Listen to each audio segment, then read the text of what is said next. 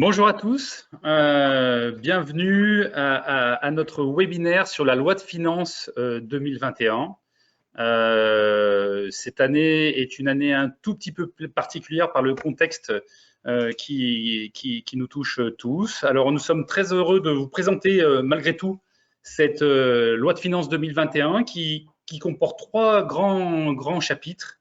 Un premier chapitre qui est lié à notre contexte de crise sanitaire et qui comporte des mesures de relance de l'économie.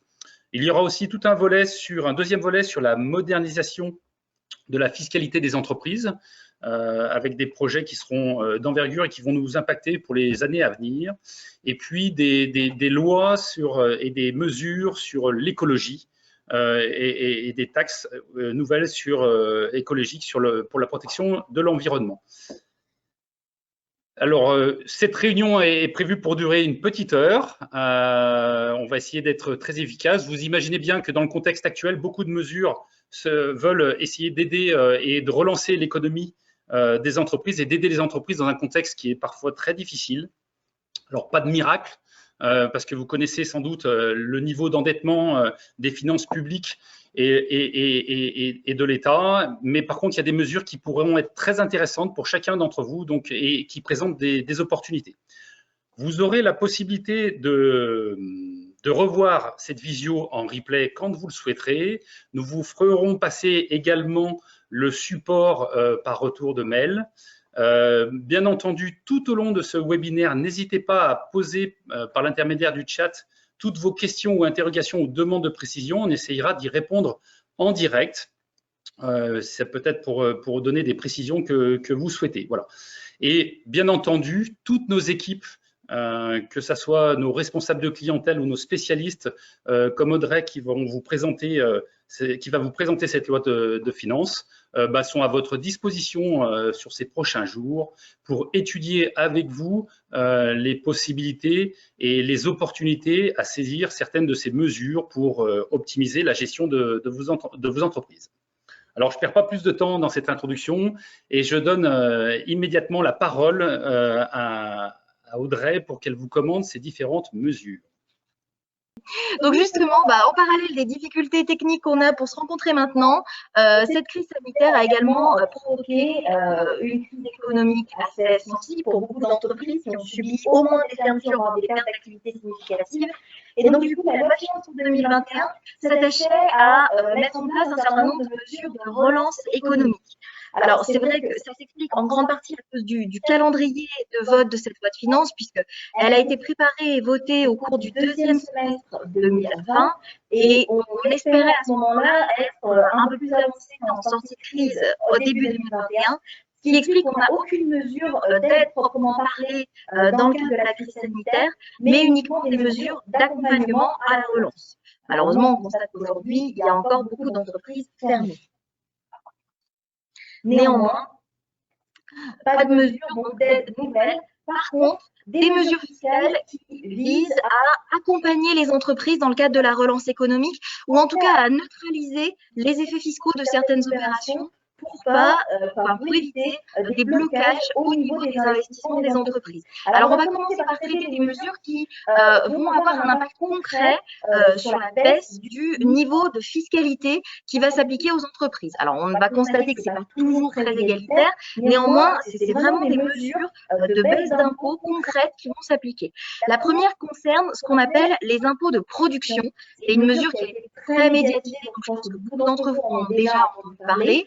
Concrètement, cette baisse des impôts de production se traduit par un impact relatif à la CVAE. Et donc à une réduction de moitié du barème et du montant de la CVAE.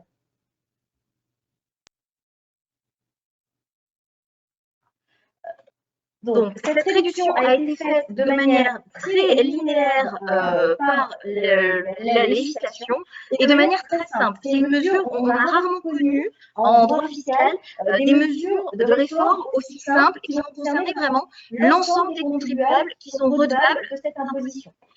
Donc, la simplicité de cette mesure tient au fait que tous les redevables vont être concernés, indépendamment du chiffre d'affaires qu'ils réalisent et du montant d'impôt qu'ils réalisent. Cette réduction se fait donc très simplement par la réduction du taux de la CVAE, qui est par principe un taux de 1,5%, qui va donc passer à un taux de 75%. Ça, c'est la tranche maximale. Et les autres redevables de la CVAE qui ne connaissent pas forcément ce taux d'imposition plein peuvent avoir des taux réduits avec des abattements. Là aussi, toutes les tranches du barème ont été purement et simplement divisées par 2. Ça veut dire que toutes les entreprises aujourd'hui qui sont redevables de cette imposition vont connaître une division par 2 du montant de l'impôt. Ça va concerner également les contribuables qui sont redevables de la cotisation minimum, qui est aujourd'hui de 250 €, qui va également être divisé par 2 et passer à 125 €. Alors, c'est une mesure qui, présentée comme ça, est très intéressante puisque on parle quand même d'une réduction de moitié du montant de l'imposition. Et effectivement, pour les contribuables qui sont concernés, ça va être réellement effectif. Ça va s'appliquer aux impositions dues à compter de l'année 2021. Donc, c'est la cotisation de cette année, mais qui sera mise en recouvrement l'année prochaine, puisque la CVAE se paye au mois de mai pour la taxation de l'année précédente. Ça veut dire que là, la taxe qui va être payée en mai 2021 sera la CVAE 2020. Il sera bien calculé sur l'ancien barème, donc l'effet va être un peu à retardement. C'est la le premier inconvénient de cette mesure. Et la deuxième petite critique qui est faite des fois sur cette mesure-là, c'est son champ d'application, puisque la problématique qu'on peut identifier, c'est qu'aujourd'hui, seules sont redevables les entreprises qui réalisent un chiffre d'affaires supérieur à 500 000 €. Ça veut dire que toutes les entreprises qui ont un chiffre d'affaires inférieur à ce seuil-là ne sont pas concernées par cette imposition et du coup ne bénéficieront pas de cette réduction d'impôt. C'est pour ça que certains commentateurs ont pu écrire que cette disposition va être un avantage certain pour les grandes entreprises. Par contre, elle n'apporte pas grand-chose aux PME, TPE qui sont pas souvent redevables de cette taxe ou qui le sont pour des montants plus ou moins significatifs et que c'est une mesure qui s'oriente plutôt vers les grandes entreprises. Elle aura au moins le mérite d'exister et si vous êtes concerné par cette taxation-là, à partir de l'année prochaine, vous verrez donc un effet positif avec une réduction de moitié de cette taxation. Autre mesure qui concerne cette fois les sociétés soumises à l'IS, c'est la possibilité d'obtenir de manière anticipée le remboursement de ce qu'on appelle les créances de carry-back. Pour vous expliquer rapidement de quel dispositif on parle, quand une société soumise à l'IS réalise un déficit, elle peut soit entre guillemets, stocker ce déficit pour le reporter sur des bénéfices futurs, soit, si elle était bénéficiaire au titre de l'exercice précédent, calculer une créance d'impôt sur les sociétés générée par ce déficit au titre de l'impôt sur les bénéfices payés sur l'exercice précédent. C'est ce qu'on appelle également le report en arrière, puisqu'on va en fait reporter ce déficit-là en arrière sur le bénéfice de l'exercice précédent. C'est une mesure qu'on utilisait peu parce que toutes les entreprises ne sont pas éligibles. Encore faut-il avoir été bénéficiaire au titre de l'exercice qui a précédé celui de réalisation du déficit. Et surtout, c'est une créance qui n'est pas mobilisable immédiatement, puisqu'elle peut être utilisée pour payer l'impôt sur les sociétés généré au titre des 5 exercices suivants et éventuellement, si au bout du délai de 5 ans, on n'a pas réussi à imputer l'intégralité de la créance, on peut en demander le remboursement. Là, du coup, la mesure qui a été mise en place par la loi de finances pour 2021 vise justement à permettre aux entreprises de mobiliser beaucoup plus facilement et surtout beaucoup plus rapidement ces créances de carry-back. Donc aujourd'hui, toutes les entreprises qui ont constaté des créances de carry-back au titre des années 2015 et 2019 et qui n'ont pas encore pu les utiliser peuvent demander immédiatement le remboursement de ces créances qui sont en cours d'utilisation et donc en instance de report. Et elles peuvent également faire cette demande pour les créances de carry-back qui seraient constatées au titre des exercices clos en 2020, sachant que cette demande doit être déposée au plus tard pour l'ensemble de ces créances, que ce soit celles constatées au titre des années précédentes et celles constatées au titre de l'année 2020, au plus tard à la date limite de dépôt de la déclaration de résultat de l'exercice 31 décembre 2020, c'est-à-dire que tout le monde a jusqu'au 3 mai 2021 pour demander la restitution des créances de carry-back constatées de 2015 à 2019 et constatées également au titre de la clôture 2020, même pour celles qui ont clôturé des comptes au 31 mars, au 30 juin, au 30 septembre 2020. Donc, c'est une mesure qui est relativement intéressante en termes de trésorerie pour les entreprises, soit qui ont des créances qui sont en cours d'utilisation, mais ça renforce également l'intérêt pour les entreprises qui, jusqu'à présent, étaient dans une santé financière relativement satisfaisante, qui étaient en situation de bénéfice et qui, cette année, à cause de la crise sanitaire de 2020, risquent de subir un résultat dégradé. Il y aura donc une vraie opportunité à regarder l'éligibilité au dispositif du carry-back et en cas de situation bénéficiaire en 2019, à rentrer dans ce dispositif. Ça permettra d'utiliser ce déficit qui est a priori accidentel de manière immédiate et de pouvoir tout de suite mobiliser en termes de trésorerie la créance constituée à ce titre-là et d'obtenir donc du coup le remboursement d'une partie de l'IS payée au titre de l'exercice précédent. Autre mesure intéressante et qui constitue là également une réduction d'impôts en faveur des entreprises, on élargit la possibilité de bénéficier d'un taux réduit d'IS à 15%. Aujourd'hui, l'impôt sur les sociétés se perçoit à un taux normal qui est actuellement de 28%. Je vous rappelle à ce titre-là qu'on est dans une phase de réduction du taux normal de l'IS pour arriver à 25%. On va connaître donc un dernier palier en 2021 à 26,5% et à partir de 2022, on sera sur un taux d'IS de 25%. Parallèlement à ce taux normal, donc qui se réduit jusqu'à arriver à 25%, on a également un certain nombre de sociétés qui peuvent bénéficier, dans une certaine mesure, d'un taux réduit à 15% sur un bénéfice maximum de 38 120 €. Le bénéfice excédant ce seuil-là étant taxé à nouveau au taux normal.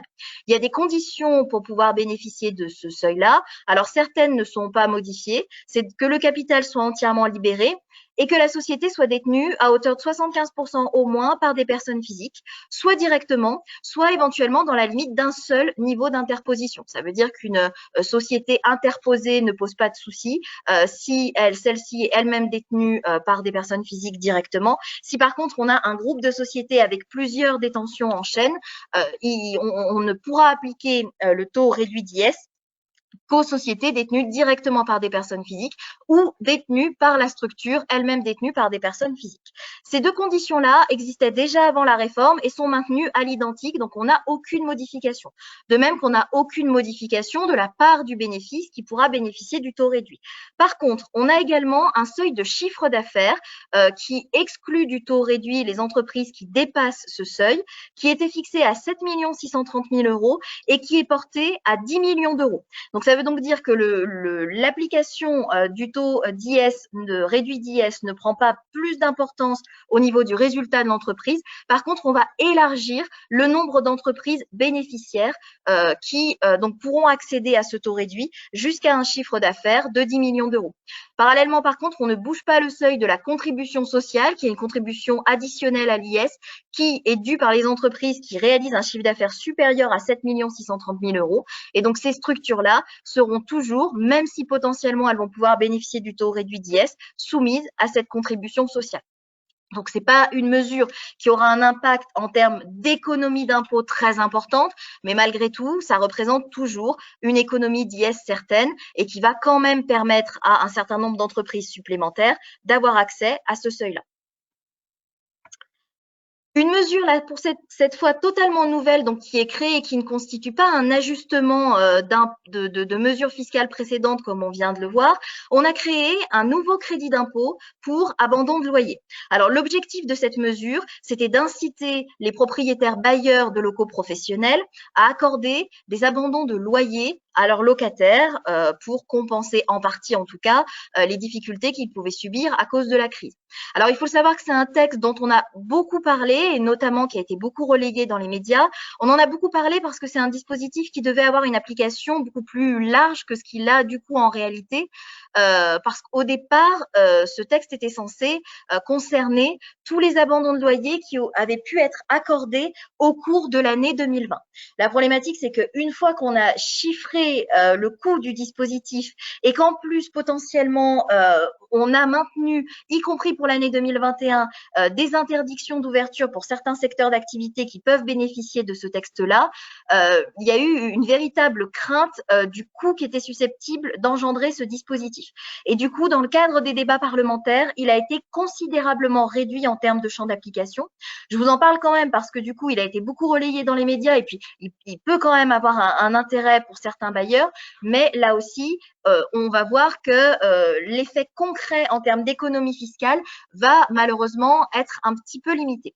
Alors, sur le principe, tous les bailleurs sont susceptibles d'être concernés, quelle que soit leur structure, leur consistance juridique, donc que ce soit des personnes physiques ou des personnes morales, et quel que soit leur régime fiscal, qu'ils soient soumis à l'IS ou à l'impôt sur le revenu. La seule condition, c'est que la résidence fiscale du bailleur soit fixée en France.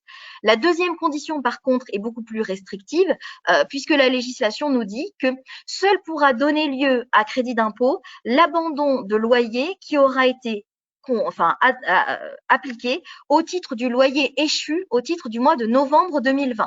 Ça veut donc dire qu'il n'y a qu'un seul mois de loyer qui est susceptible d'ouvrir droit au crédit d'impôt, c'est le mois de novembre 2020. Un bailleur qui accorderait un abandon de créance sur une période beaucoup plus importante est tout à fait libre de le faire. Par contre, le crédit d'impôt sera calculé uniquement sur la base du loyer 2020 de novembre 2020 qui n'aura pas été recouvré. Ça veut donc dire qu'on a une assiette maximale de crédit d'impôt qui est constituée par un seul mois de loyer. Il faut que les locaux, bien évidemment, soient situés en France. Et par contre, un point qui est important, c'est qu'on a la possibilité de renoncer au loyer de novembre 2020 jusqu'au 31 décembre 2021.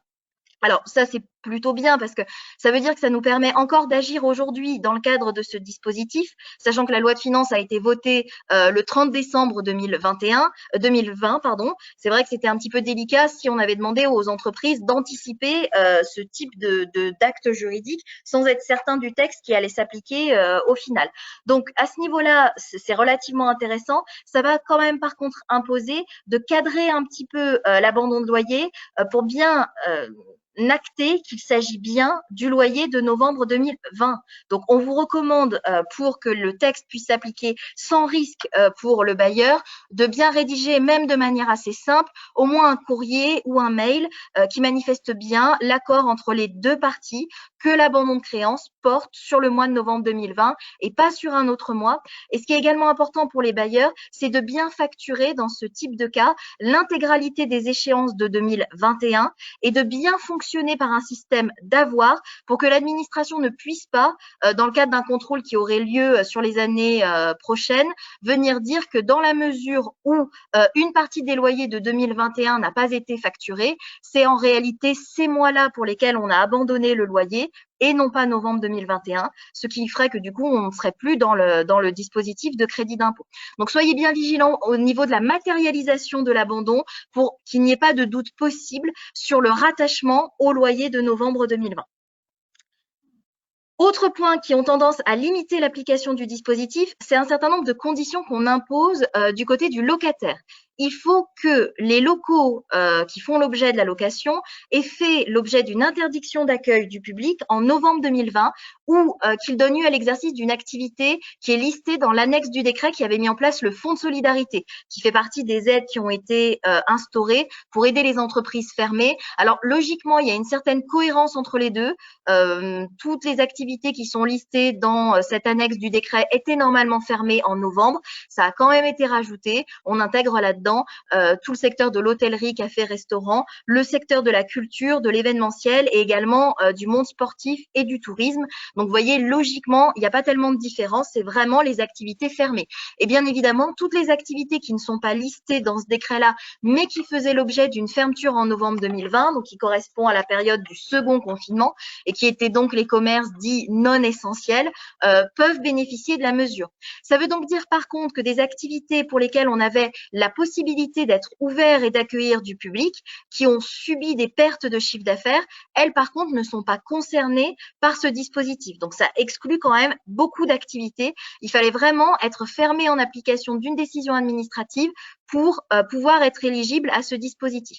Par contre, les activités qui étaient fermées et qui ont mis en place des systèmes de vente à emporter ou de click and collect ou ce genre de choses, elles ne sont pas concernées. On parle vraiment d'une notion d'accueil normal du public. Donc, on considère que quand on a mis en place ces systèmes de vente à emporter, on n'est bien évidemment pas dans des conditions d'accueil normales du public. Donc, à ce niveau-là, il n'y a pas de problème.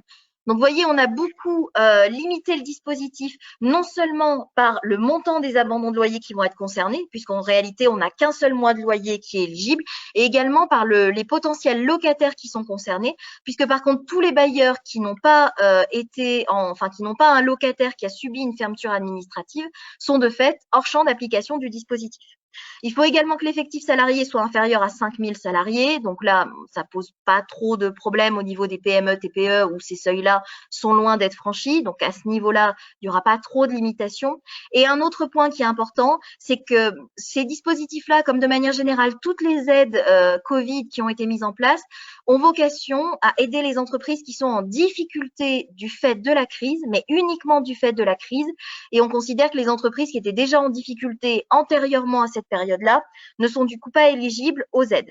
Et c'est pour ça qu'on exclut de ces différentes aides et de celles-là également les bailleurs de locataires, enfin pour lesquels les locataires étaient en procédure collective au 31 décembre 2019 ou en liquidation judiciaire au 1er mars 2020, puisque pour ces entreprises-là, on considère que ce n'est pas la crise sanitaire qui est la raison de leurs difficultés. Dernier point, mais qui ne devrait pas non plus être trop problématique à démontrer, c'est qu'en cas de lien entre le bailleur et le locataire, quand on parle de lien, on parle de liens familiaux, donc soit des personnes qui font partie du même cercle familial ou bien évidemment du même foyer fiscal, ou en cas de lien de dépendance, notamment si on a les mêmes associés dans les sociétés qui portent l'immobilier, dans les sociétés d'exploitation, il faut pouvoir démontrer de difficultés économiques pour le bailleur, mais comme on vise des secteurs qui étaient fermés en novembre 2020, là aussi la démonstration ne devrait pas poser trop de problèmes. Quand on remplira toutes ces conditions, alors c'est là que l'entonnoir se réduit. Par contre, pour ceux qui pourront rentrer dans le dispositif, le crédit d'impôt est relativement intéressant puisqu'il est égal à 50% du montant du loyer abandonné. Il y a un plafond maximal qui a été prévu à 800 000 €. Donc, c'est quand même relativement confortable, surtout maintenant que le dispositif est limité à un mois de loyer. Ça veut dire que pour subir le plafonnement, il faut un loyer mensuel supérieur à 1 600 000 €. Normalement, ça ne devrait pas embêter beaucoup de bailleurs à ce niveau-là. Donc, il y a peu de loyers qui devraient, enfin peu de crédits d'impôt qui devraient être plafonnés à cause du montant du loyer. Point un peu plus important, en cas d'exploitant, donc de locataire qui dispose d'un effectif salarié de plus de 250 salariés, on ne retiendra que 2/3 du montant du loyer abandonné pour calculer le crédit d'impôt. Le crédit d'impôt s'imputera sur l'impôt sur les bénéfices, donc IR ou IS dû par le bailleur, et l'excédent de crédit d'impôt sur le montant de l'impôt, s'il y en a un, sera restitué. On aura des obligations déclaratives particulières à faire au moment des déclarations de revenus ou des déclarations de résultats, mais une restitution immédiate de l'excédent éventuel de crédit d'impôt. Alors, on a vu ici, jusqu'à présent, des mesures qui avaient vocation quand même à réduire les impositions des entreprises. Alors, c'est plus ou moins limité, mais on a une vraie action sur le montant de l'impôt qui est dû pour les entreprises qui vont bénéficier de ces mesures-là. On a prévu 2 autres mesures qui, cette fois, n'ont pas vocation à réduire la charge fiscale des entreprises, mais à leur permettre de lancer un certain nombre d'actions sans subir de conséquences fiscales. La première, qui peut être assez intéressante dans certains cas, c'est la neutralisation fiscale de la réévaluation des éléments d'actifs de l'entreprise. Alors ici, on parle de la possibilité qui est ouverte et qui d'ailleurs existe de manière générale, qui n'a pas été mise en place à cause du Covid. On prévoit que les entreprises ont la possibilité, dans certains cas, de procéder à la réévaluation de leurs éléments d'actifs. Ici, on parle donc des immobilisations acquises par l'entreprise qui sont inscrites au moment de leur acquisition à l'actif du bilan pour leur valeur d'acquisition ou leur prix de revient, qui éventuellement peuvent donner lieu à amortissement si elles sont amortissables. Mais par contre, la plus-value latente qui est générée d'une année sur l'autre sur cet actif-là n'est jamais comptabilisée au bilan. On pense par exemple aux immeubles ou aux constructions qui peuvent prendre de la valeur avec le temps. La plus-value latente, tant qu'on ne vend pas le bien, on ne l'inscrit pas au bilan, sauf à rentrer dans ce dispositif de réévaluation libre des éléments d'actifs qui permet, alors c'est très encadré juridiquement, c'est réglementé par le Code de commerce, mais qui permet, quand on rentre dans cette procédure-là, de constater à l'actif du bilan ce qu'on appelle l'écart de réévaluation, c'est-à-dire la plus-value latente qu'on estime avoir réalisée sur le bien. Alors bien évidemment, on a des obligations en termes d'évaluation qui doit être probante et justifiée, mais ça permet, bien évidemment, vous l'avez compris, d'améliorer la présentation du haut de bilan de l'entreprise. La problématique de cette mesure, enfin en tout cas la contrainte qu'on peut y voir, c'est que dans un cadre normal, si on procède à la réévaluation libre des éléments d'actifs, on a des conséquences fiscales, puisqu'en matière fiscale, quand on parle de constatation de plus-value ou de constatation de plus-value latente, eh bien, on doit fiscaliser cette plus-value, même si elle n'est que latente. L'avantage de cette mesure, et c'est pour ça qu'elle a été prise dans ce contexte de crise, c'est qu'on ne change pas du tout le régime de la réévaluation libre des actifs, qui est maintenu dans le droit tel quel. Par contre, on prévoit que les entreprises qui vont procéder à cette opération-là entre le 31 décembre 2020 et le 31 décembre 2022 vont pouvoir faire cette opération de réévaluation sans avoir les conséquences fiscales, puisque l'écart de réévaluation ne sera exceptionnellement pas fiscalisé. C'est pour ça qu'on parle de neutralisation de la réévaluation libre des éléments d'actifs. Alors concrètement, pour bénéficier du dispositif, il faudra que on soit concerné sur toutes les immobilisations corporelles et financières, et par contre, on ne pourra pas toucher à l'incorporel, au stock et aux valeurs mobilières de placement. Ça, c'est le gros inconvénient de cette mesure. Ça veut dire que notamment les fonds de commerce ne peuvent pas être concernés par la réévaluation, sauf de manière indirecte, puisque les titres, par contre, détenus par les sociétés, donc on pense notamment aux sociétés holding, là peuvent être concernés, et ça sera du coup, pour pouvoir réévaluer les titres détenus par une société, forcément ça impose de revaloriser le fonds de commerce de ces sociétés détenues, et ça sera la seule possibilité d'appréhender, mais de manière indirecte, les fonds de commerce. Sinon, c'est vrai que pour les fonds de commerce directement exploités, on pourra malheureusement pas rentrer dans le dispositif. Je dis malheureusement parce que c'est vrai que c'est souvent là-dessus qu'on a le plus de réévaluation. Donc, ça concernera quand même de manière essentielle les titres et l'immobilier. C'est ce qui sera le plus concerné par ce dispositif. Comment on va acter cette neutralisation? Alors, de manière assez simple, pour les immobilisations non amortissables, donc typiquement les titres de société qui sont inscrits à l'actif, on va fonctionner avec un sursis d'imposition. C'est-à-dire qu'on constate l'écart de réévaluation et on ne l'impose pas. Il ne sera pris en compte par contre au moment de la cession effective du bien, puisque la plus-value de cession sera calculée par rapport à la valeur historique du bien. J'avais indiqué un exemple pour que ce soit un petit peu plus parlant. Donc, dans le cas de titres valorisés à 20 000 euros qui sont réévalués à 30 000 euros, ça veut donc dire qu'on constate un écart de réévaluation de 10 000 euros. On place cet écart en sursis d'imposition. Donc, ça veut donc dire qu'il n'y a aucune imposition au moment de l'écart. Et par contre, au moment de la cession, la plus-value sera calculée sur la base du prix de cession. Donc, dans mon exemple, 40 000 euros par la valeur historique 20 000. On voit donc bien que dans la plus-value de 20 000 euros, l'écart de réévaluation est intégré. Donc là, on est vraiment sur une neutralisation complète. Ça veut dire que tant qu'on n'a pas de cession, aucune imposition n'est générée. Pour les immobilisations dites amortissables, donc qui donnent lieu à la constatation d'une dotation aux amortissements, la neutralisation est un petit peu moins réelle puisque cet écart de réévaluation va quand même devoir être réintégré au résultat. Alors, de manière échelonnée, certes, sur 15 ans pour les immobilisations immobilières et sur 5 ans pour les autres immobilisations. Pourquoi là, on a quand même une réintégration fiscale de l'écart de réévaluation? Eh bien, tout simplement parce que cet écart de réévaluation peut donner lieu à amortissement. Donc, bien évidemment, là, pour voir si on a un intérêt à faire la mesure, il faut comparer quelles sont les conséquences fiscales de la réintégration de cet écart de réévaluation versus la réintégration, enfin la déduction de l'amortissement de cet écart de réévaluation. Si on amortit plus rapidement que la réintégration, on va avoir un effet de trésorerie positif puisqu'on aura une charge plus forte que la réintégration. À l'inverse, c'est vrai que si on doit amortir sur une durée supérieure à celle de la réintégration de l'écart de réévaluation, ça aura une conséquence en termes de trésorerie. Alors, ça peut quand même valoir le coup d'améliorer la présentation du bilan, notamment si on est en recherche de financement, mais il faut gérer cette problématique de trésorerie.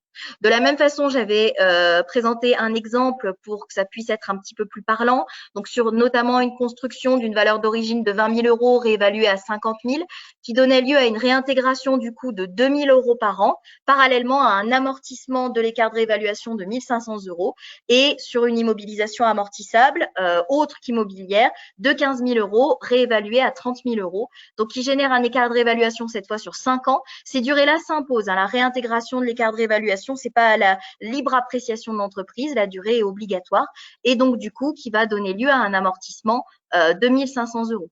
Du coup, si on fait la comparaison en termes d'impact sur le résultat, notre construction donne lieu à une réintégration de 2 000 euros, mais on voit que cette réintégration est intégralement tamponnée par l'amortissement qu'on constate, qui est plus fort que notre réintégration. Et dans le cas de l'autre immobilisation, on voit que le dispositif est complètement neutre, puisque la réintégration est du même montant que l'amortissement. Ça veut dire qu'ici, dans cette configuration-là, on arrive bien à réévaluer les immobilisations sans générer de charges fiscales complémentaires. Donc, on voit qu'ici qu'il n'y a pas d'économie d'impôt. Néanmoins, on a la possibilité d'agir sur le bilan de l'entreprise sans avoir justement de charges fiscales supplémentaires. C'est la même idée pour la mesure suivante, qui est l'étalement des plus-values lors d'opérations dites de leaseback. Donc, le leaseback, on parle ici de refinancement de l'immobilier d'entreprise. C'est le cas dans lequel l'immobilier de l'entreprise est cédé à un organisme de crédit bail et l'entreprise exploitante reprend ensuite immédiatement en location le bien dans le cadre d'un contrat de crédit bail. Donc, ça permet de refinancer l'immobilier. Ces opérations-là donc sont également possibles en dehors de crise sanitaire. Par contre, on parle de cession, donc bien évidemment en fiscalité, on parle de plus-value et d'imposition de cette plus-value. Là, l'intérêt de cette mesure, c'est de permettre de réaliser cette opération en neutralisant les effets de l'imposition de la plus-value. Alors, pas en les supprimant, mais en permettant de supporter la charge fiscale de manière échelonnée dans le cadre d'un étalement de la plus-value. Donc, les opérations qui sont concernées par la mesure d'étalement de la plus-value sont les opérations réalisées entre le 1er janvier 2021 et le 30 juin 2023. Et l'étalement de la plus-value s'effectuera sur la durée du contrat de crédit bail sans pouvoir excéder 15 ans. Donc là aussi, c'est une mesure qui peut avoir de l'intérêt en termes de trésorerie. Ça peut permettre de déboucler donc une trésorerie de manière dans des montants relativement importants et qui peuvent être compliqués à obtenir dans le cadre d'un emprunt plus classique. Après, là aussi, il faut anticiper les effets en termes de trésorerie parce que c'est très positif au moment de la cession. Par contre, après, on a des réintégrations à faire dans les années suivantes, avec des loyers de contrats de crédit bail qui vont venir s'ajouter aux charges de l'entreprise. Donc, il faut pouvoir gérer ces à-coups en termes de trésorerie. On va terminer avec une mesure qui concerne les particuliers cette fois, qui est toujours prise dans le cadre de la crise sanitaire, qui concerne les dons effectués par les particuliers et qui leur permettent d'obtenir des réductions d'impôts. Vous connaissez probablement ces dispositifs-là. Généralement, la réduction d'impôt est de 66% du montant du don. Quand on fait un don à un organisme qui agit auprès des personnes en difficulté pour des besoins de première nécessité, type nourriture, soins médicaux ou logement, le taux de la réduction d'impôt est porté à 75%, avec par contre une limite en termes de dons admis à cette réduction d'impôt qui est de 552 euros. Là, l'objectif étant de booster un petit peu les dons des particuliers au profit de ces associations qui sont de plus en plus sollicitées suite à la crise sanitaire et ont de plus en plus de demandes et donc du coup doivent augmenter leurs ressources. L'idée étant d'essayer d'inciter les particuliers à financer un peu ce secteur associatif pour éviter que tout soit financé dans le cadre de subventions publiques. On a augmenté un petit peu le plafond de cette réduction qui aujourd'hui est porté à 1 000 euros et ça sera le cas pour toute l'année 2021. Donc, ça couvre l'année 2020 et l'année 2021. Donc, ça permettra de monter un petit peu les réductions d'impôts pour dons des particuliers. Voilà pour les mesures qui ont été prises dans le cadre de l'accompagnement à la crise sanitaire. Donc, on voit qu'on était plutôt sur une logique de prendre la suite de la crise sanitaire pour accompagner le rebond économique. Alors, même si ça risque d'être décalé un petit peu dans le temps au vu de l'évolution de la situation, c'est des mesures qui, malgré tout, pourront avoir dans certains cas un intérêt à effectivement accompagner la relance. D'autres mesures, alors qu'il était peut-être plus étonnant de trouver dans cette loi de finances au vu du contexte, c'est des mesures de réforme assez profondes de la fiscalité de l'entreprise dans le but de moderniser cette fiscalité et notamment l'impôt le plus important ou en tout cas qui génère le plus de flux en matière de fiscalité de l'entreprise qui concerne la TVA. On a une réforme assez fondamentale qui est en cours de préparation. Vous allez comprendre pourquoi je vous dis en cours de préparation, qui est la généralisation de la facture électronique. Alors ça, c'est vrai que c'est vraiment important en termes de gestion de la TVA et puis en termes de gestion des flux des entreprises. On en parle depuis plusieurs années. C'est pour ça que je vous disais que ça peut être étonnant de retrouver cette mesure maintenant. On pouvait penser qu'avec la crise sanitaire, on n'irait pas forcément dans une mesure aussi profonde qui touche autant d'entreprises. Néanmoins, c'est le choix qui a été fait pour l'instant. L'idée étant de généraliser aujourd'hui l'obligation de facturation électronique qui s'impose déjà aux entreprises qui travaillent avec des acteurs du secteur public. Je pense notamment aux entreprises du bâtiment qui interviennent dans le cadre de marchés publics. On a déjà l'obligation dans ce genre de cas de fonctionner en facturation électronique en utilisant le portail public qui s'appelle Chorus Pro. L'idée, c'est de généraliser ce système. Alors, on ne sait pas encore si le seul portail autorisé sera le portail Chorus Pro ou si des acteurs privés pourront également intervenir. Mais l'objectif, c'est de généraliser cette facturation électronique en imposant à l'ensemble des entreprises de gérer leur flux, en tout cas leur flux de transactions domestiques entre entreprises. Quand on parle domestique, on parle de transactions entre opérateurs français obligatoirement en facturation électronique et pour les flux avec des opérateurs étrangers ou avec des personnes physiques, de ne pas recourir obligatoirement à la facturation électronique parce que c'est des opérateurs qui ne pourront pas forcément les recevoir, mais dans ce cas-là, d'être en capacité de transmettre les données de facturation dans un mode sécurisé type EDI ou EFI, donc dématérialisé, à l'administration fiscale. Pourquoi je vous parle d'objectifs? Parce qu'aujourd'hui, on a seulement un cadre qui est fixé par la loi de finances, aucun détail technique n'est donné, et par contre, la loi de finances autorise le gouvernement à fixer l'ensemble de ces détails techniques dans une ordonnance ou au maximum 3 ordonnances à prendre courant 2021.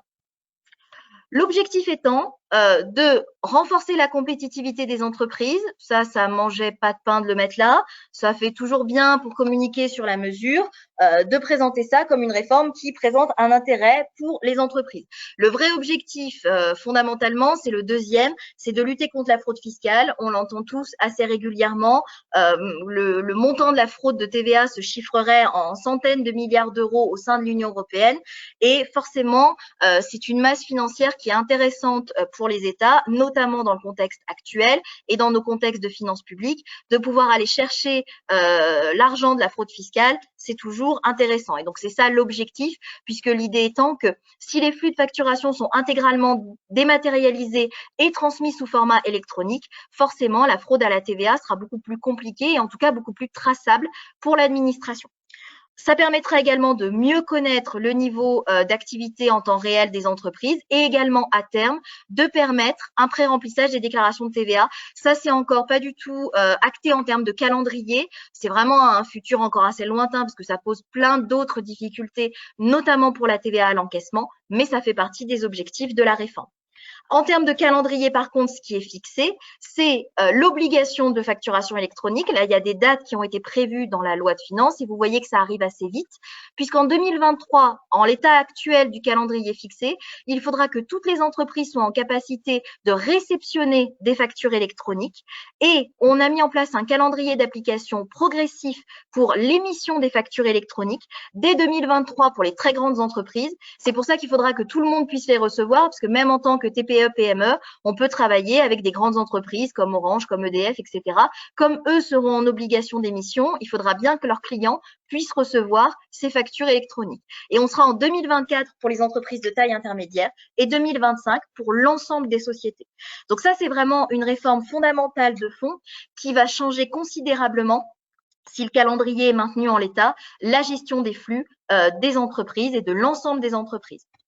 Même chose, on met en place, ça aussi c'est une réforme assez forte, alors qui dans un premier temps concernera beaucoup moins d'entreprises, on va passer plus rapidement là-dessus, mais la possibilité de créer un groupe en matière de TVA.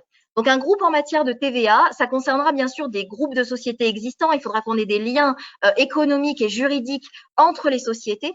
Mais quand ces liens juridiques et économiques existent, on pourra constituer un groupe TVA avec au sein du groupe une société qui se constituera assujettie unique, c'est-à-dire qu'elle sera le seul interlocuteur de l'administration pour payer les charges de TVA du groupe et pour déposer les déclarations de TVA. C'est pour ça qu'on parle de redevable unique. Par contre, chacun restera assujetti à la TVA, notamment pour les calculs de droit à déduction.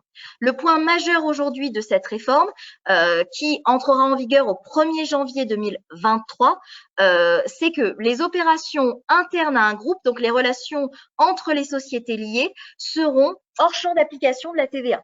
Ça veut donc dire qu'il y a un vrai intérêt aujourd'hui, mais c'est les seules entreprises qui pour l'instant auront intérêt à rentrer dans ce régime, pour les groupes qui connaissent des activités partiellement soumises à la TVA.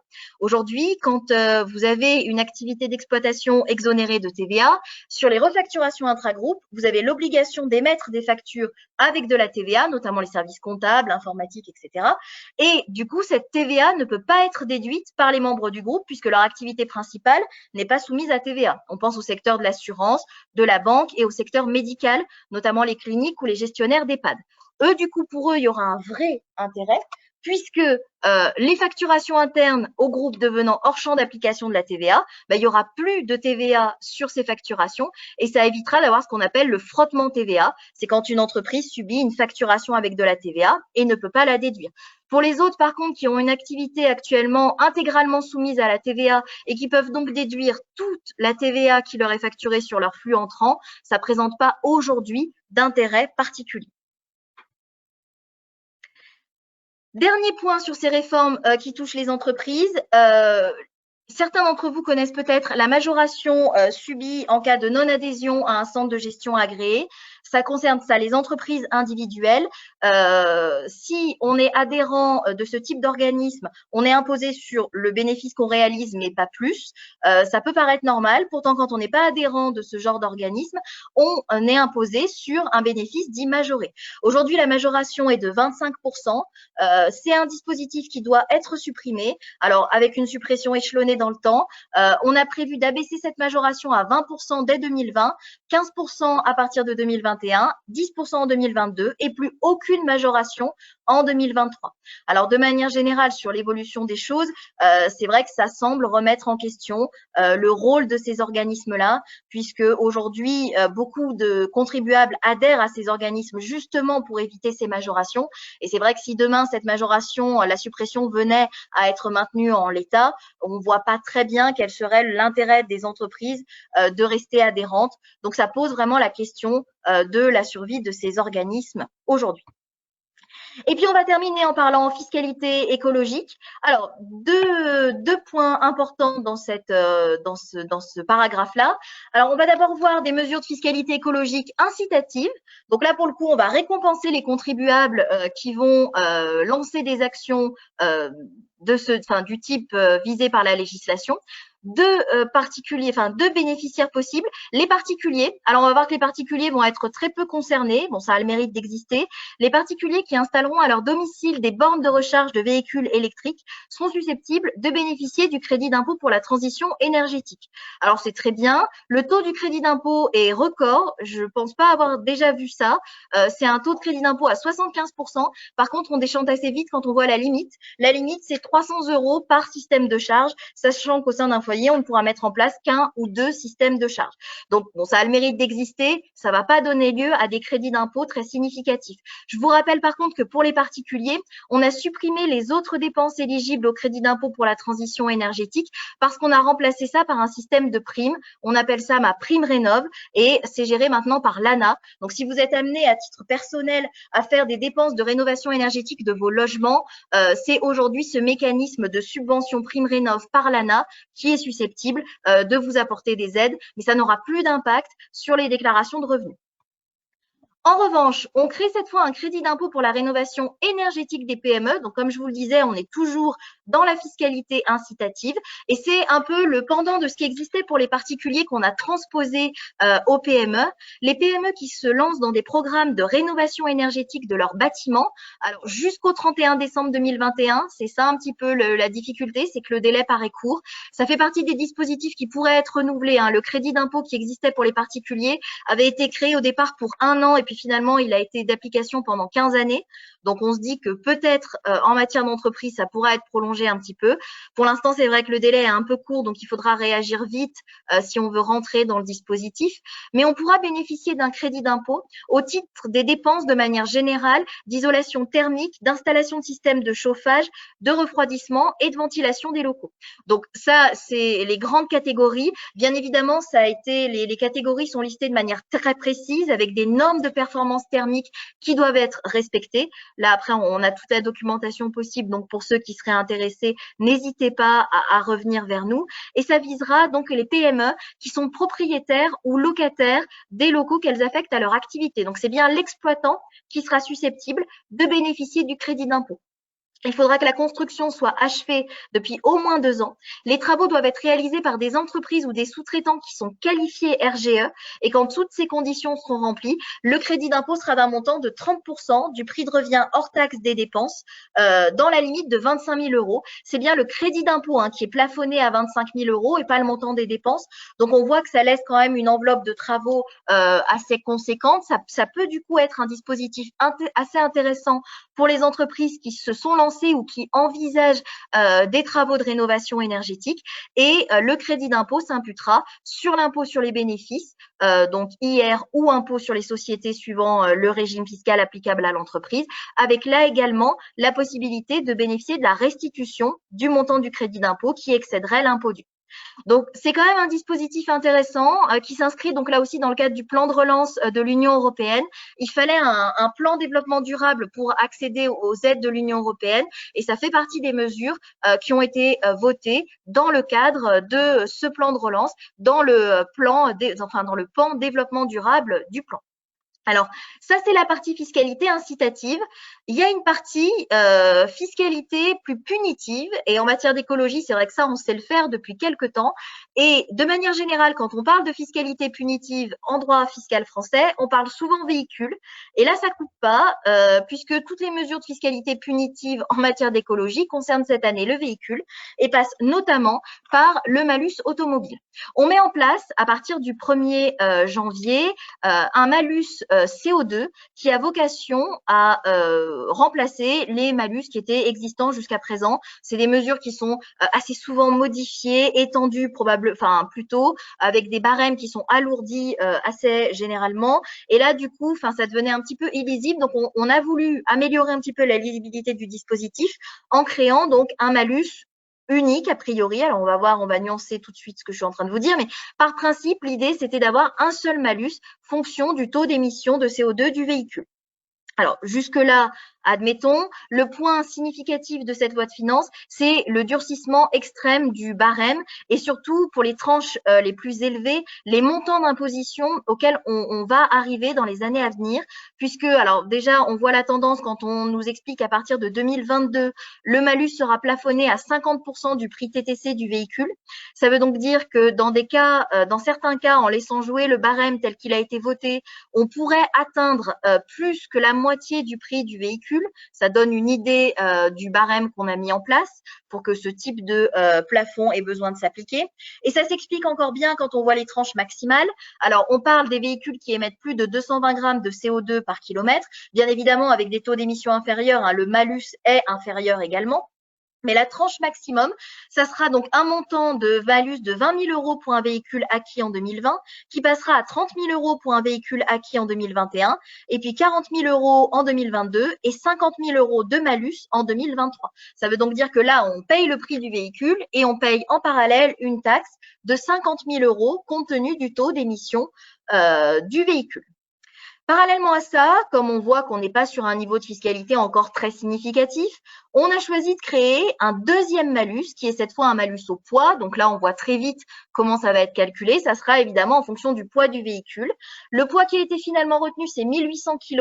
C'était inférieur dans les débats parlementaires et dans le projet initial. La problématique, c'est que vu le poids qu'ils avaient mis en place, ça incluait dans le champ d'application des véhicules électriques. Avec les problématiques de poids de batterie, c'est vrai que c'est des véhicules qui peuvent être un peu plus lourds. Et du coup, la mesure devenait un peu contre-productive puisqu'on se retrouvait avec un malus qui allait s'appliquer sur des véhicules électriques. C'était pas l'idée. Donc, c'est pour ça qu'on est monté sur ce type, sur ce poids-là. Et l'objectif étant de viser des véhicules type SUV, 4x4 ou grosse cylindrée.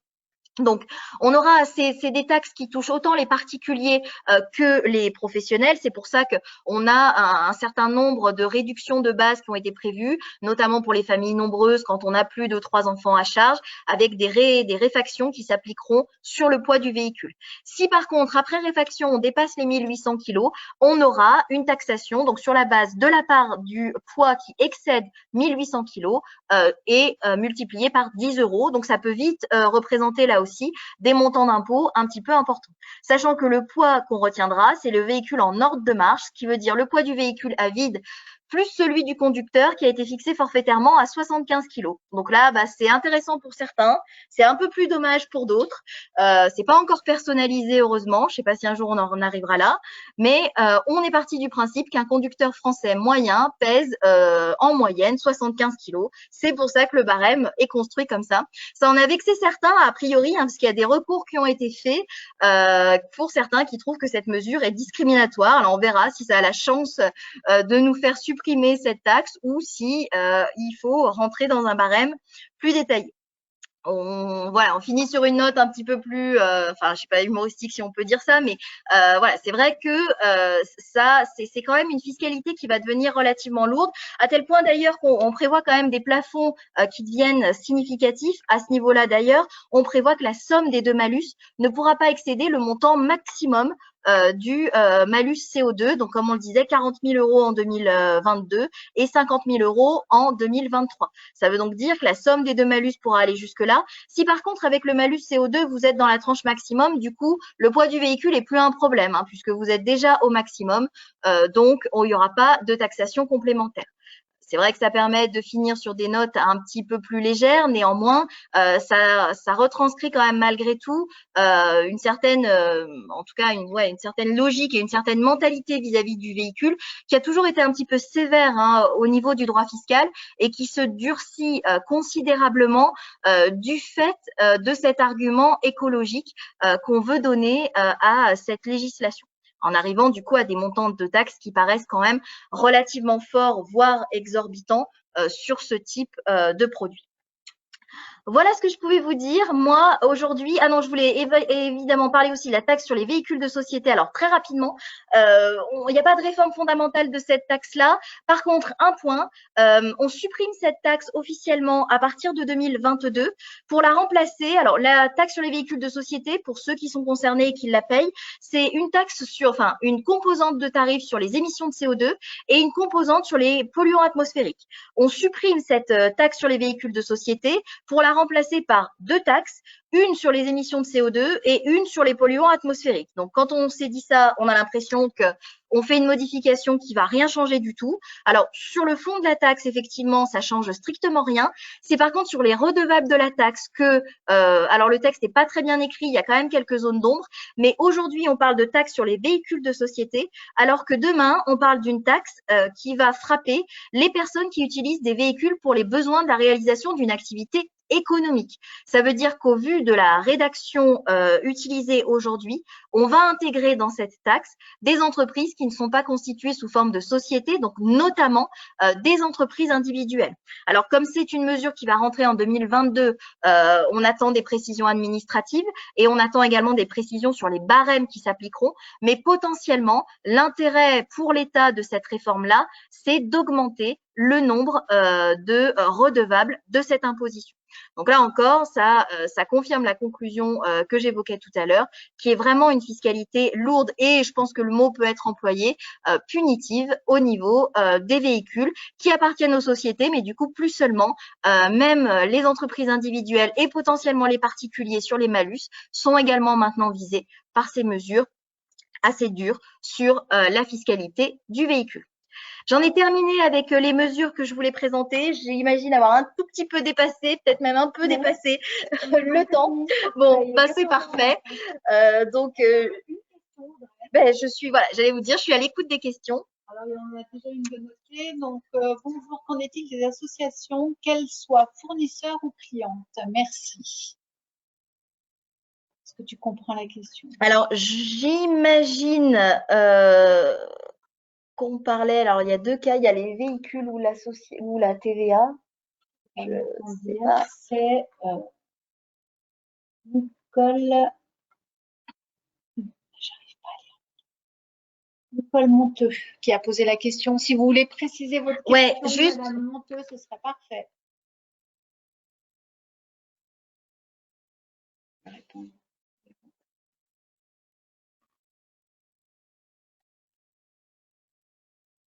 Je pense qu'on parle des véhicules et de la réforme sur les véhicules. Alors effectivement, aujourd'hui, c'est une vraie question pour les associations. Comme le texte est libellé, aujourd'hui, elles sont concernées. Alors la question, il y en a deux, c'est déjà que potentiellement, il va y avoir des précisions administratives sur cette nouvelle, enfin sur ces nouvelles taxes d'ailleurs, puisqu'elles sont deux, et potentiellement au vu de leur activité non lucrative, les associations qui ne sont pas fiscalisées aujourd'hui ont quand même des chances de bénéficier d'exonération. Et après, la question qui… La facture électronique. Ah non, la facture électronique. Donc, pour en finir avec les associations et les véhicules, la question aussi, ça sera, est-ce que les remboursements de frais aux salariés quand ils excèdent certains kilomètres seront concernés de la même façon que c'est le cas aujourd'hui pour les sociétés? Donc, ça restera à préciser. Après, pour la facturation électronique, aujourd'hui, ce qu'on nous dit, c'est que c'est une mesure qui concerne les assujettis à la TVA et uniquement les assujettis. Ça veut donc dire que les associations qui sont amenées à facturer de la TVA sur leurs prestations parce qu'elles n'en sont pas exonérées, oui, sont effectivement concernées par cette mesure. En revanche, les associations non fiscalisées ou non redevables de la TVA, elles, ne sont pas concernées ni par l'obligation d'émettre des factures, ni par l'obligation de pouvoir les recevoir, puisque comme je vous le disais tout à l'heure, en termes de réception de facturation, quand une entreprise assujettie traitera avec un particulier non assujetti ou avec une association non assujettie, on ne sera pas sur une obligation de facturation électronique, mais il faudra que l'entreprise envoie ses données de facturation à l'administration. Donc c'est vraiment une obligation qui ne concerne que les assujettis à la TVA. Par contre, tous les assujettis à TVA et même les assujettis partiels. Si en tant qu'association, vous n'êtes assujetti que sur une partie de votre chiffre d'affaires, pour cette activité-là, il faudra pouvoir être opérationnel sur la facturation électronique.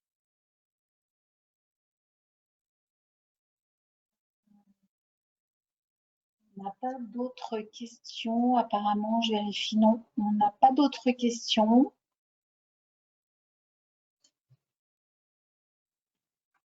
Donc, on fera passer le support et puis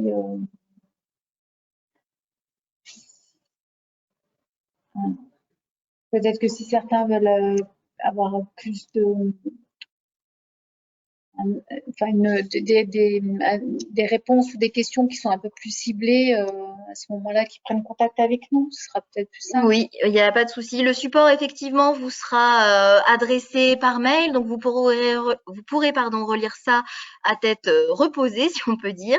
Et bien évidemment, moi-même et les collaborateurs avec lesquels vous avez l'habitude de travailler, on reste à votre disposition pour toute précision. Bien évidemment, dans le cadre des différents rendez-vous et des différentes rencontres qu'on peut avoir au moment des bilans, au moment des rendez-vous de synthèse pour les dossiers sur lesquels on intervient en commissariat aux comptes, c'est des sujets qu'on pourra aborder et qu'on pourra détailler dans vos cas précis avec vos problématiques personnelles. Donc, n'hésitez pas à revenir vers nous sur ces différentes mesures, soit à l'issue de cette réunion, soit bien évidemment dans le cadre de nos rencontres habituelles ou de provoquer un rendez-vous. Il n'y a absolument aucun problème. Ce sera même avec plaisir On a une nouvelle question. Alors, je vais te dire ça dessus. Quelle est la différence entre la nouvelle loi de numérisation de factures et la dématérialisation des factures déjà faites aujourd'hui? Alors, la différence, c'est que la dématérialisation des factures, ça concerne le mode de conservation des factures. Aujourd'hui, quand vous émettez une facture sur un support, un logiciel de facturation, mais également, on peut imaginer sur Word, sur Excel. Alors, c'est pas forcément ce qu'on recommande pour que les mentions soient toutes respectées, mais néanmoins, ça reste encore du domaine du possible aujourd'hui. La législation nous autorise, en termes de conservation de ces factures, puisque vous savez que vous avez l'obligation de les conserver, de pouvoir les conserver de manière dématérialisée. Ça, c'est lié à l'histoire un petit peu de la législation qui nous disait qu'en fait, historiquement, on devait conserver les factures exactement dans les mêmes formes que celles sous lesquelles on les avait reçues. Ça veut dire, je reçois une facture papier de mon fournisseur ou j'émets une facture papier pour mes clients, je dois conserver ces factures dans leur format original. Alors, bien évidemment, ça s'expliquait il y a 50 ou même 40 ans. Aujourd'hui, des fois, on se dit que c'est quand même un petit peu désuet comme mesure. Mais néanmoins, on avait une problématique de par la législation fiscale. Parce que du coup, si vous ne conserviez pas vos documents sous cette forme-là, potentiellement, on pouvait avoir des rejets essentiellement de TVA déductibles. On a du coup une législation qui a été mise en place qui permet aux entreprises de conserver de façon dématérialisée leurs factures, donc en gros de faire des scans, de conserver ça sous format PDF, etc., sans pour autant considérer qu'on changeait la forme de la facture et que du coup on ne respectait pas notre obligation de conservation. C'est ça la notion de dématérialisation des factures. Là, on est en train de parler de quelque chose de plus poussé, puisque la facture électronique, alors non seulement c'est bien une facture dématérialisée, ça, il n'y a pas de sujet, mais toutes les factures dématérialisées ne sont pas des factures électroniques. Pour être sur une facture électronique, il ne s'agit pas d'être sur un document Word, PDF, Excel, envoyé par mail. Ça, c'est pas de la facturation électronique. C'est des facturations qui subissent des codages spécifiques et qui sont télétransmises aux différents interlocuteurs et à l'administration fiscale sous des formats très particuliers et des formats dits sécurisés. Donc, on parle de format EDI ou EFI. Et c'est des considérations en fait informatiques avec des codages très précis et des données très précises qui doivent être identifiées, sécurisées bien évidemment. C'est exactement les mêmes outils que ce qui est utilisé aujourd'hui pour télétransmettre les déclarations fiscales à l'administration, que ce soit la déclaration de revenus, les déclarations de TVA, etc. L'idée, c'est de transposer ça en matière de facturation avec des fichiers qui passeront par des logiciels informatiques qui permettront de coder l'ensemble des factures et du coup de toutes les mentions qu'il faut intégrer, donc le SIRET du client, le montant de TVA que vous facturez, le montant de la prestation facturée, et du coup, ces différents codages seront transmis à l'administration fiscale et ça lui permettra de faire des recoupements entre les mentions que vous indiquez sur vos factures et les éléments qui figurent dans vos déclarations de TVA. Et même chose pour le côté TVA déductible. Quand votre fournisseur vous envoie une facture avec de la TVA, tous les éléments de cette facture seront codés avec un codage informatique transmis à l'administration fiscale qui permettra de vérifier si du coup les montants de TVA déductibles correspondent bien au flux de facturation qu'elle reçoit. Le but étant, bien évidemment, de ne plus permettre de générer de flux qui ne feraient pas l'objet d'une facturation et qui ne feraient donc pas l'objet d'un paiement en matière de TVA. J'espère que j'ai apporté des précisions, mais voilà, c'est vraiment cette notion-là. On dépasse clairement l'archivage et avec une volonté d'avoir l'information en fait du flux de facturation. C'est directement ça qu'on veut connaître sans avoir à faire de contrôle fiscal. Aujourd'hui, c'est une information que l'administration peut avoir, mais encore faut-il qu'elle aille contrôler l'entreprise. Là, l'objectif, c'est que le flux de facturation lui soit directement envoyé tous les mois, tous les trimestres. Il faudra voir quel sera le timing qui sera fixé, ça on ne le sait pas encore, mais c'est vraiment cet objectif-là. Donc en termes de connaissance des flux, ça va leur apporter beaucoup plus d'informations que ce qu'ils connaissent aujourd'hui. Alors, merci beaucoup, c'était très clair. Voilà. Ça fait partie des sujets sur lesquels on reviendra vers vous, hein, bien évidemment, quand on aura plus d'informations. C'est important de savoir qu'il va falloir s'y préparer. Bien sûr, quand on va avoir des détails plus techniques, on est susceptible de réorganiser des rendez-vous sous ce format-là, ou peut-être que cette fois on pourra se voir plus physiquement, on va dire, plus charnellement. Mais voilà, c'est évidemment des sujets sur lesquels on reviendra vers vous au cours de l'année 2021 et peut-être 2022, suivant les dates des ordonnances, pour voir quelles seront les étendues des obligations et matériellement et informatiquement, quels outils on peut utiliser. Écoute, tu es remerciée pour cette excellente présentation. Merci beaucoup. Un message est parfait, très clair. Merci beaucoup également. Donc, voilà, que des messages. Merci beaucoup. De remerciements. Puis on va pouvoir lever le webinaire. Je vous remercie beaucoup de votre attention, et puis comme je vous le disais, je reste à votre disposition, et ainsi que les collaborateurs avec qui vous travaillez. Donc moi, vous pouvez me contacter soit directement pour ceux qui me connaissent déjà, soit par l'intermédiaire de vos interlocuteurs habituels si vous avez des questions complémentaires, et puis si vous avez besoin d'accompagnement sur la mise en œuvre de ces différentes mesures. Je vous remercie beaucoup, et j'espère vous revoir bientôt, comme on le disait tout à l'heure, de manière plus physique, espérons-le. Et je vous souhaite une très bonne fin de journée et un excellent week-end. Au revoir.